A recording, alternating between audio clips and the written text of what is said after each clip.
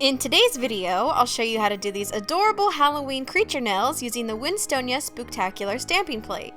To begin, I'll be using 4 gorgeous polishes from KBShimmer. I'm painting my pinky nail with a sandy colored polish, I'm painting my ring fingernail with a light pistachio green, a glitter peachy orange on my middle, and a creamy cornflower blue on my index nail.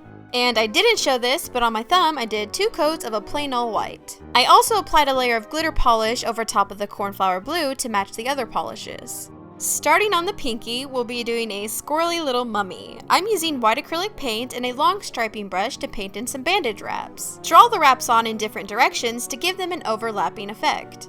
To do the stamping, I'll be using the Winstonia Spooktacular plate and a clear stamper. For my little mummy, I chose the silly crazy eyes face, applying a black polish to it, scraping and picking it up.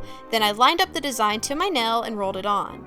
Moving on to the green Frankie nail, I'm picking up the stitched mouth face image and transferring it to my nail. Next, I used a black paint and gave him some spiky bangs, a stitch on his forehead, and some bolts on his neck.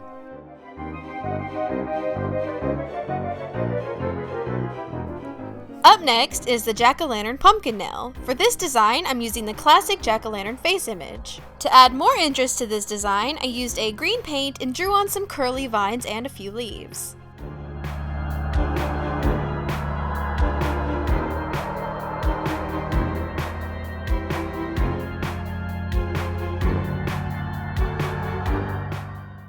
For the blue nail, I'll be using the angry toothy image and transforming it into a Dracula face.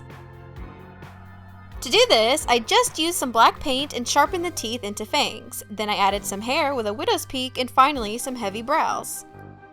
And for the last design, we're doing a candy corn creature. I used the same orange polish that I used for the jack-o'-lantern nail and painted a stripe across the white thumbnail. Then I used yellow acrylic paint and filled in the top section and white for the bottom. Traditionally, yellow is on the bottom, but I flipped it for this design because yellow on the free edge can sometimes look dirty.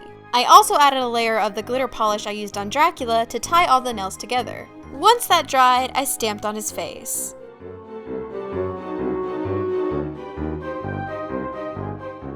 I finished off with a layer of fast drying top coat, and that's it. Let me know in the comments which creature's your favorite. I really like Frankenstein because he looks so stinkin' happy, or the goofy mummy. And don't forget to let me know if you have any Halloween nail design ideas.